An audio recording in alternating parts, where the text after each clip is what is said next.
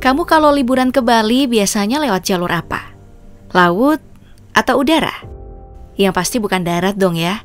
Soalnya emang gak pernah ada. Aku pengen tahu juga sih apa alasannya. Ya udah, daripada sama-sama penasaran, mending kita cari tahu bersama jawabannya dalam Polemik Explore kali ini. Kenapa jembatan Bali dan Jawa tidak pernah ada? Kalau dilacak sampai ke tahun kapan, sebenarnya sih ide bangunan jembatan yang bikin Bali dan Jawa kesambung bukannya nggak pernah ada. Guru Besar Institut Teknologi Bandung, almarhum Profesor Dr. Insinyur Sediatmo, di tahun 1960, itu udah pernah kasih usulan megaproyek, namanya Trinusa Bima Sakti. Rencana ini ditawarin supaya 3 pulau besar, Sumatera, Jawa, dan Bali, bisa saling kehubung lewat jalur darat. Tentu sebagai megaproyek ambisius.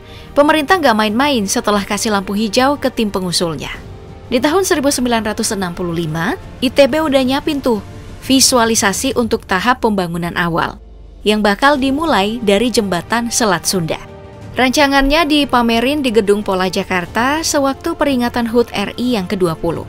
Terus, pas masuk tahun 1986, Presiden Soeharto minta ke Menteri Negara Riset dan Teknologi sekaligus Kepala BPPT yang saat itu dijabat sama almarhum B.J. Habibie untuk bikin kajian konsep Trinusa Bima Sakti. Nah, dari situ, di rentang tahun 1988 hingga 1992, Kementerian Pekerjaan Umum akhirnya kerjasama dengan BPPT. Mereka mulai bikin studi yang dibiayain sama Japan International Corporation Agency dengan anggaran yang nyampe 1,5 miliar rupiah per tahun. Terus sebagai hasil, ada 3 alternatif yang bisa dijadiin opsi. Mulai dari bangunan pelabuhan, bikin terowongan sepanjang 52 km, atau jembatan sepanjang 29 km. Nah, di tahun 1997, Presiden Soeharto akhirnya milih jembatan dari 3 alternatif yang ditawarin, karena katanya lebih monumental. Jadi supaya bisa buruan dieksekusi, Habibie yang waktu itu udah jadi Ketua Dewan Riset Nasional, ngasih instruksi ke Guru Besar ITB, Wiratman Wangsadinata, untuk bikin riset soal teknologi jembatan di Eropa. Lalu hasilnya, ternyata kalau mau proyek ini sukses, seenggaknya butuh 17.000 ton baja sama 50.000 tukang las dengan biaya 100 triliun rupiah. Biaya yang udah jelas gede banget. Apalagi mengingat situasi Indonesia yang ikut terdampak krisis moneter di Asia sejak 1996. Jadi akhirnya proyek ini pun mandek. Karena bukan cuma ekonomi, di tahun 1998 Indonesia juga kena badai besar dari segi politik, keruntuhan Orde Baru. Ya, rencana Trinusa Bima Sakti udah bisa dipastiin tinggal angan-angan.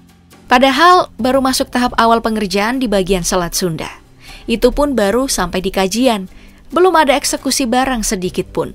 Jadi bisa dibilang, harapan soal jembatan Selat Bali yang masuk tahap selanjutnya di proyek Bima Sakti harus dikubur juga. Cuman itu nggak berlangsung lama nih. Mengutip dari Detik, Bupati Banyuwangi Abdullah Azwar Anas di tahun 2016 sempat angkat suara soal jembatan Jawa Bali. Karena sebagai kepala daerah yang wilayahnya deket banget, Anas sudah ngerasain gimana panjangnya antrian di pelabuhan ASDP Ketapang Gilimanuk untuk hari-hari tertentu. Entah itu masa libur panjang, pas hari besar nasional dan keagamaan, sampai kalau ada cuaca buruk. Pendapat Anas bukan cuma itu. Menurut Doski, kalau Jawa dan Bali punya jembatan, itu bakal ngedorong sirkulasi perekonomian, pariwisata, dan sosial di kedua wilayah jadi makin cepet. Karena arus dagang sama vakansi bakal ngalir lebih cepat. Tentu ini bukan suara terakhir soal pembangunan jembatan Jawa Bali. Mengutip dari Tempo, Menteri Pekerjaan Umum dan Perumahan Rakyat atau PUPR, Basuki Hadimulyo, juga sempat bicarain hal ini 2020 lalu dalam temu daring Forum Bisnis Konstruksi Indonesia-Turki di Jakarta. Katanya sih, karena tol Trans Jawa yang mulai aktif sejak 2019 udah sukses nyambungin ujung barat sampai timur pulau dengan panjang 1.350 km, makanya itu tinggal dilanjutin biar sekalian nyampe ke Bali. Tapi kenyataannya nggak segampang itu. BMKG wilayah 3 Denpasar itu sering banget kasih peringatan soal ketinggian ombak di sekitar Pulau Dewata yang bisa ada di kisaran 2,5 sampai 4 meter, termasuk di wilayah Selat Bali.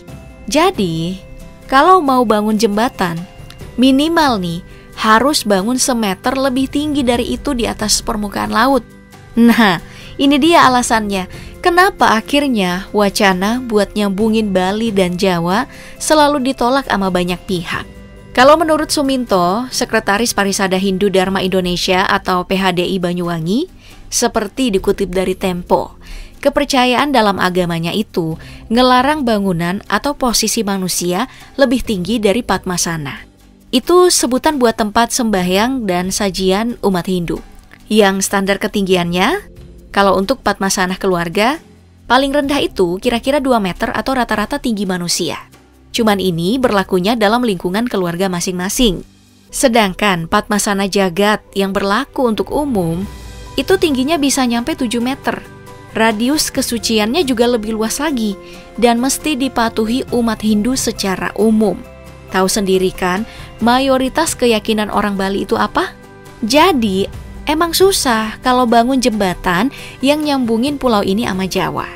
Apalagi di luar perkara barusan, masih ada alasan kultural lainnya yang gak bisa dilawan. Itu adalah mitologi Dang Hyang Sidimantra. Mengutip Tribun Bali, hal inilah yang dijadiin alasan sama Ketua PHDI Kabupaten Jembrana, Iko Mang Arsana, buat nolak wacana pembangunan jembatan Bali Jawa sewaktu isunya dilempar sama Bupati Banyuwangi 2016 lalu. Oke, buat kalian yang belum ngerti, Dang Hyang Sidimantra sendiri adalah nama seorang Brahmana yang dalam legenda sengaja misahin daratan Bali dan Jawa supaya sang putra Manik Angkeran gak lari dari hukuman tinggal di Gunung Agung seumur hidup karena udah nyuri ekor naga Besukih buat dipakai judi. Hal ini ada hubungannya dengan mitologi Hindu yang jadi bagian dari sejarah Bali dan sering jadi dasar penafsiran juga. Kalau dari segi skala dan niskala, Bali dan Jawa emang sengaja dipisah buat ngehalangin hal-hal negatif dan pengaruh buruk masuk ke Pulau Dewata. Ya, gak semua alasan penolakan berhubungan kultur juga sih. Mengutip dari Bali Post, Bupati Jembrana, Iputu Arta, periode 2016 hingga 2021. Juga wakilnya, Imade Kembang Hartawan.